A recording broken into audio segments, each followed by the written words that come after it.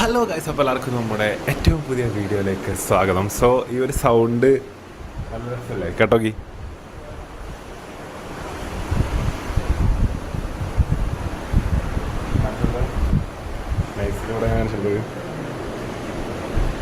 എൻ്റെ മോനെ, ഞങ്ങള് ബാലിയിലെത്തിട്ടോ സുഹൃത്തുക്കളെ. ബാലി ആ അടിവാങ്ങാൻ സുഹൃത്തുക്കളെ ഏത് ആ പോർഷൻ മതി. ഇന്നിങ്ങനെ തിരമാല വരും കേട്ടോ. ചിക്കും തിരമാല, ചിക്കും വെല്ലിമ, ചിക്കും തിരമാല, ചിക്കും വെല്ലിമ. മറ്റേ ലീഗ് വീരാൻ്റെ പണ്ടത്തെ ആൽബത്തിലെല്ലാവരും കണ്ടു കാണട്ടോ ആ ഒരു സീക്വല്.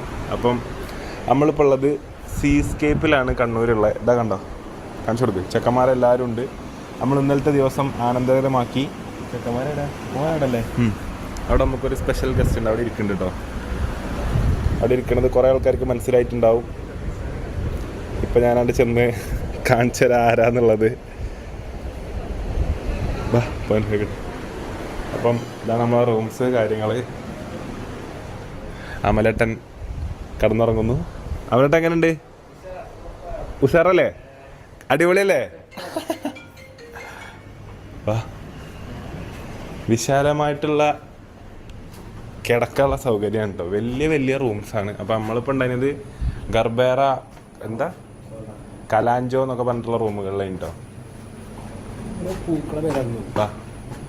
കലാഞ്ചോ, ഞങ്ങൾ ഈ റൂമിലേനി, കലാഞ്ചോയിലേനി. അതുപോലെ തന്നെ പീസ് ലിലി, എനിക്ക് ഓരോ ചെടികളെ പേരാണ് ഇട്ടിക്കണത് തോന്നണത്. അപ്പം ഇതിൻ്റെ ഏറ്റവും ബ്യൂട്ടിഫുള്ള് ഈ ഒരു സ്ഥലത്തിൻ്റെ ലാൻഡ്സ്കേപ്പ് തന്നെ ഉണ്ടോ. ഞങ്ങൾ കണ്ട് കിളി പോയി. കാരണം ഇത്രയും ബ്യൂട്ടിഫുൾ ആയിട്ടുള്ളൊരു പ്ലേസ് ഞങ്ങൾ വേറെ മുമ്പ് പോയിട്ടില്ല. കാരണം ഇത് നാടാണോ എന്ന് തോന്നിപ്പോണ വിധം അനുസ്മരിപ്പിക്കും ഇതാണ് ഈ ഒരു പ്രോപ്പർട്ടി ഒരു സെറ്റ് ചെയ്തിട്ടുള്ളത് കേട്ടോ. അവിടെ അത് ഒറ്റയ്ക്ക് ഇരിക്കുന്നു. നിഹാൽ അവർകളെ കാണാൻ പറ്റും. അന്തം വിട്ട് നടക്കുന്നു അഫീഫ് അവർകളെ കാണാൻ പറ്റും. അന്തം വിട്ട് എങ്ങനെ അവിടേക്ക് നിഹാലിൻ്റെ അടുത്തേക്ക് പോകാന്നുള്ളത് അഫീഫ് നോക്കുകയാണ്. വഴി കിട്ടണില്ല, റേഞ്ച് നോക്കുന്നുണ്ട്. ഇനി നിഹാലാണെങ്കിൽ അവിടെ എന്തോ ആർക്കോ മെസ്സേജ് അയച്ചിരിക്കുന്നു. ഫുൾ സൂം ചെയ്തൊക്കെ ഏതോ മെസ്സേജൊക്കെ ഫുള്ള് എന്തൊക്കെയോ കുത്തി പണിയിലാണ് കേട്ടോ. ഗാലറി എനിക്ക് തോന്നുന്നു സ്റ്റോറേജ് ക്ലിയർ ചെയ്യാണെന്ന് തോന്നുന്നു. വീഡിയോ എടുക്കാൻ വേണ്ടിയിട്ട് സൽമാൻ എടുത്തു 0.5. അപ്പോൾ ഇതാണ് ഇതിൻ്റെ ബ്യൂട്ടി കേട്ടോ. ഇങ്ങനെ കാണിച്ചു കൊടുത്തൊക്കെ ജസ്റ്റ്. ഇനി ഇവിടുത്തെ പൂളും ഇതൊക്കെ വരാനുള്ളത് വേറെ ഉണ്ട്. ഞങ്ങൾ ബാലിയിലെത്തി. ചുരുക്കി പറഞ്ഞാൽ ബാലിയിലാണ് നമ്മളുള്ളത്, നാട്ടിലല്ല. എന്താ ഇവിടെ നമുക്ക് പൂള് കാര്യങ്ങൾ കാണാൻ പറ്റും. ഇവിടുന്ന് വെച്ചെടുത്തൊക്കെ ഇവിടുന്ന് ഇതാണ് സ്ഥലട്ടാ.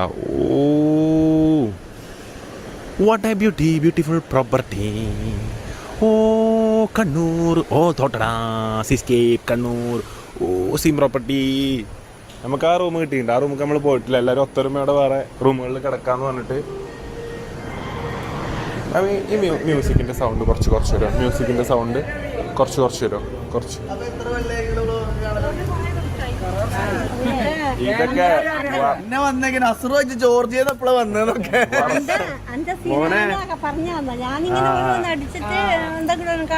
ഈ ബ്ലോഗ് കണ്ടാ മതി. ഒരു കുടുംബത്തിന്റെ കഥയാണ്. എല്ലാരെയും അറിയാം. സൽമാന്, നബീല് എല്ലാരെയും അറിയാം. ബീഫ് ഇന്നെ ഞാൻ കണ്ടിന്. വന്നിട്ട് എന്റെ ബ്ലോഗ് എന്റെ മുത്തുമോന് പഠിക്കണേ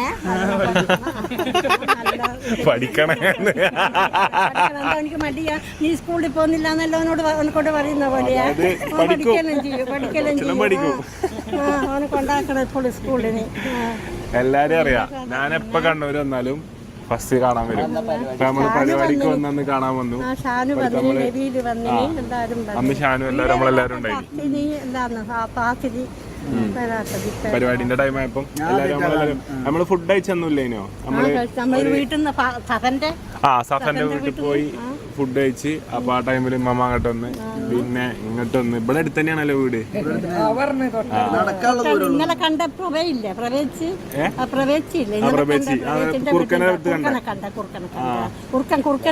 പറഞ്ഞ പേടിയായി.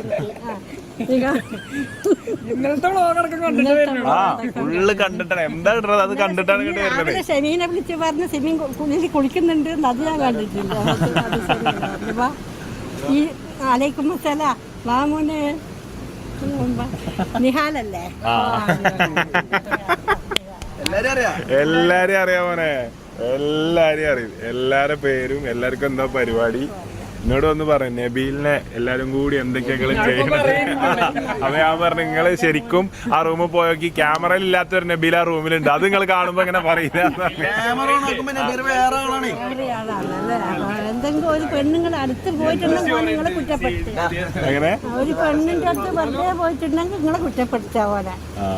ഒരു പെൺകുട്ടിന്റെ അടുത്ത് വെറുതെ അങ്ങോട്ട് പോയിട്ടുണ്ടെങ്കിൽ അതുകൊണ്ട് പോകുന്നൊന്നും കളിക്കൊന്നും ചെയ്യില്ല, ഒന്നും കളിക്കൊന്നും ചെയ്യില്ല, ഒന്നും ഇതില്ലാന്ന് വെറുതെയാന്ന് കേട്ടാ.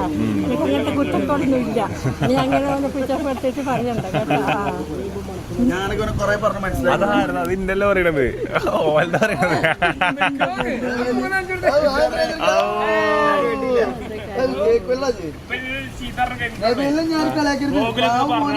ഇതിന്റെ പ്രതികാരല്ലേ എപ്പ വീട്ടിട്ട് പറഞ്ഞ അനാൻഷന്റെ കല്യാണത്തിന്.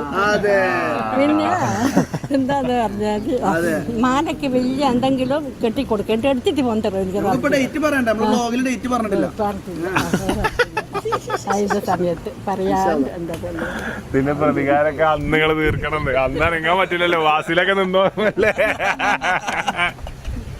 വാസിലൊക്കെ കോട്ടിട്ടേ ദേശം അടക്കി പിടിച്ച് നിൽക്കേ. കല്യാണത്തിന്റെ ഒന്നും ചെയ്യാൻ കഴിയില്ല. അന്ന് എല്ലാരും ചെയ്യണ അതിന്റെ കല്യാണത്തിനല്ലേ പടക്കം പൊട്ടും. ചെയ്തതെന്താരോ നാട്ടുകാരൊക്കെ കല്യാണത്തിനോട് പടക്കം പൊട്ടിച്ചു.